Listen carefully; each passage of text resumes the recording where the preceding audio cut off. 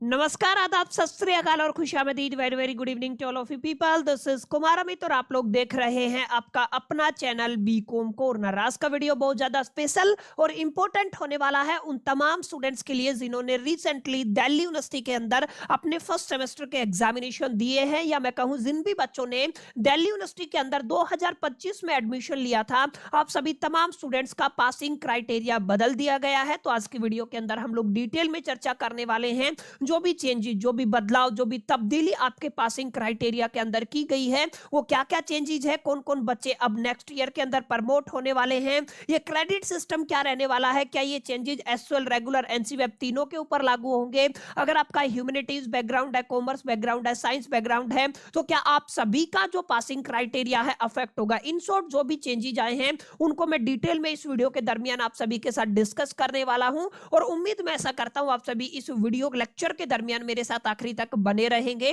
और हाँ, अगर आपको ये वीडियो हेल्पफुल लगता है, कंटेंट यूजफुल लगता है, तो इस वीडियो को लाइक करके अपने तमाम दोस्तों के साथ शेयर जरूर करेंगे। बहरहाल विदाउट वेस्टिंग द टाइम चलिए शुरू करते हैं। माय डियर फ्रेंड्स, देखिए वीडियो शुरू करूं उससे पहले कुछ बातें हैं जो जान लीजिएगा आप लोग। दिल्ली यूनिवर्सिटी के अंदर तीन तरीके के कॉलेजेस आते हैं। पहली कैटेगरी रेगुलर कॉलेजेस की होती है, दूसरी कैटेगरी एसएल कॉलेजेस की होती है, और तीसरी कैटेगरी एनसी वेब वाले कॉलेजेस की होती है। और ऑफिशियली दिल्ली यूनिवर्सिटी की तरफ से जो भी करिकुलम रिलीज किया जाता है, जो भी गाइडलाइंस रिलीज की जाती है, चाहे वो आपके एग्जामिनेशन से रिलेटेड हो, चाहे वो आपके पासिंग क्राइटेरिया से रिलेटेड हो, वो तीनों के ऊपर एक समान लागू होती है। यानी कि जो भी बातें मैं आज के वीडियो के अंदर करने वाला हूं, चाहे आप लोग रेगुलर के स्टूडेंट है, एसएल के स्टूडेंट है, या एनसी वेब के स्टूडेंट है, तीनों कैटेगरी के स्टूडेंट के ऊपर इंप्लीमेंट होने वाली है। ये जो क्राइटेरिया चेंज किया गया है, ये तीनों ही तरीके के स्टूडेंट्स के लिए चेंज किया गया है। और एक इंपॉर्टेंट बात, जो भी चेंजेस किए गए हैं वो एनईपी पॉलिसी के अकॉर्डिंग किए गए हैं। अगर आपको नहीं पता है एनईपी का मतलब क्या है, इससे पहले जो आपकी कैटेगरी चलती थी दैट इज द सीबीसीएस। अगर आप लोग बात करते हैं सीबीसीएस माने जिन भी बच्चों का एडमिशन दिल्ली यूनिवर्सिटी के अंदर 2022 से पहले हुआ था, वो किस कैटेगरी में आते थे, सीबीसीएस पैटर्न के अकॉर्डिंग आते थे। लेकिन 2022 के बाद जिन भी बच्चों का एडमिशन हुआ ना, उनकी जो कैटेगरी है वो एनईपी आती है। तो एनईपी के अकॉर्डिंग आपका एडमिशन हुआ होगा, ऑब्वियस सी बात है। और किसकी बात कर रहा हूं मैं, अगर आपका एडमिशन 2025 के अकॉर्डिंग हुआ है, और चाहे आप लोग आर्ट्स के बैकग्राउंड के बच्चे हैं, चाहे कॉमर्स के बैकग्राउंड के बच्चे हैं, चाहे साइंस बैकग्राउंड के स्टूडेंट हैं, तीनों ही तरीके के बच्चों के ऊपर ये चीजें इंप्लीमेंट होने वाली हैं। अब पासिंग क्राइटेरिया के अंदर तब्दीली, बदलाव या चेंजेस को समझने के लिए सबसे पहले हमें समझना होगा क्रेडिट सिस्टम क्या होता है, और क्रेडिट सिस्टम को एक बार हम लोग कैसे डिफाइन करते हैं। देखिए माय डियर फ्रेंड्स, यहाँ पे आप लोग देखेंगे, अगर आप लोग दिल्ली यूनिवर्सिटी की बात करते हैं तो दिल्ली यूनिवर्सिटी के अंदर आपको करीब करीब 7 से 8 सब्जेक्ट ऑफर किए जाते हैं एक सेमेस्टर के दरमियान, और एक साल आपका 2 सेमेस्टर से मिलकर बना होता है। यानी आप लोग ये कह सकते हैं जो पहला सेमेस्टर आपका रहेगा, पहले सेमेस्टर के दरमियान आपको 7 से 8 सब्जेक्ट ऑफर किए जाते हैं, और ये सब्जेक्ट अलग अलग कैटेगरी वाइज कैटेगराइज किए गए हैं। जैसे अगर आप लोग पहली कैटेगरी की बात करते हैं तो डीएससी कैटेगरी बनती है, यहां पर आपको हर एक सेमेस्टर में 3 सब्जेक्ट लेने पड़ते हैं। वहीं अगर आप लोग बात करते हैं दूसरी कैटेगरी की, तो दूसरी कैटेगरी आपकी जेनरिक इलेक्टिव की रहती है, यहां पर आपको 1 सब्जेक्ट ऑफर किया जाता है। तीसरी जो कैटेगरी रहती है वो सेक्स सब्जेक्ट की रहती है, यहां पर 1 सब्जेक्ट ऑफर किया जाता है।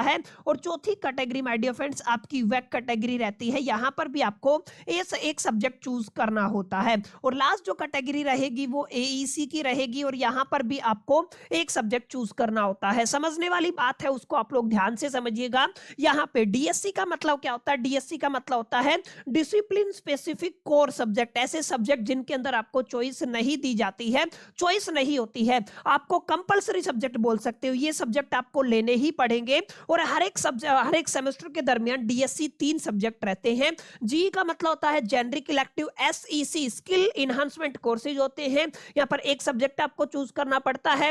वेक का मतलब होता है वैल्यू एडिशन कोर्सेज, 1 सब्जेक्ट आपको चूज करना पड़ता है। और एईसी एबिलिटी इनहांसमेंट कोर्सेज, यहाँ पर भी आपको 1 सब्जेक्ट चूज करना होता है। अब ध्यान ये रखना है आपको, पहली जो 2 कैटेगरियां हैं, यानी अगर आप लोग बात करते हैं डीएससी की, मैं इसको थोड़ा सा शिफ्ट करके ना नीचे कर देता हूं। अगर आप लोग पहली दो कैटेगरी की बात करते हैं, सर दो कैटेगरी कौन सी है, ये वाली दो कैटेगरी की मैं बात कर रहा हूं। पहली कैटेगरी क्या है आपकी डीएससी कैटेगरी है, दूसरी क्या है जेनरिक इलेक्टिव की कैटेगरी है। समझना ये है माय डियर फ्रेंड्स, ये दोनों कैटेगरियां हैं ना। टोटल कितने सब्जेक्ट हो गए, 3+1 यानी कि 4 सब्जेक्ट हो गए हैं, और हर एक सब्जेक्ट माय डियर फ्रेंड्स आपके 4 क्रेडिट का रहने वाला है। इस बात को अपने जहन में और अपने ख्याल में रखना है। यानी कि जो डीएससी और जेनरिक इलेक्टिव के सब्जेक्टिव्स आपको ऑफर किए जाते हैं अलग अलग बैकग्राउंड के दरमियान, उन सब का क्रेडिट कितना रहता है, 4 क्रेडिट रहता है। वही अगर आप लोग सेक कैटेगरी की बात करते हैं, वेक कैटेगरी की बात करते हैं और एबिलिटी इनहांसमेंट कोर्सेज की बात करते हैं,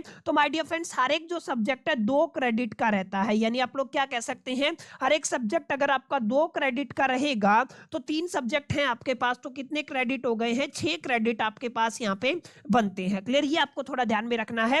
और अगर आप लोग यहाँ पे देखेंगे 4 चौका 16, टोटल क्रेडिट कितने बन गए, 16 क्रेडिट बन गए। और अगर आप लोग बात करते हैं फर्स्ट सेमेस्टर की, अगर मैं आपसे कहूं अगर आप फर्स्ट सेमेस्टर की बात करते हैं तो फर्स्ट सेमेस्टर के दरमियान कितने हो गए, 16+6 यानी कि टोटल अगर मैं करूं तो 16+6 कितना होगा, 6×6 12, यानी कि आपके कितने क्रेडिट हो गए हैं, 22 क्रेडिट हो गए हैं। इस बात को आपको अपने जहन में अपने ख्याल में रखना है। यानी कि एक सेमेस्टर दिल्ली यूनिवर्सिटी के अंदर आपको कितने क्रेडिट का मिलेगा, 22 क्रेडिट का मिलेगा। और अगर मैं फर्स्ट ईयर की बात करता हूं, लेट अस से अगर आप लोग फर्स्ट ईयर की बात करते हैं, फर्स्ट ईयर के दरमियान आपको 2 सेमेस्टर देखने को मिलते हैं, एक सेमेस्टर का 22 क्रेडिट, दूसरे सेमेस्टर का 22 क्रेडिट, टोटल कितना हो गया है, 44 क्रेडिट आपका बनता है। अब पासिंग क्राइटेरिया क्या चेंज किया गया है, ये आपको क्रेडिट के ऊपर ही डिसाइड किया जाएगा।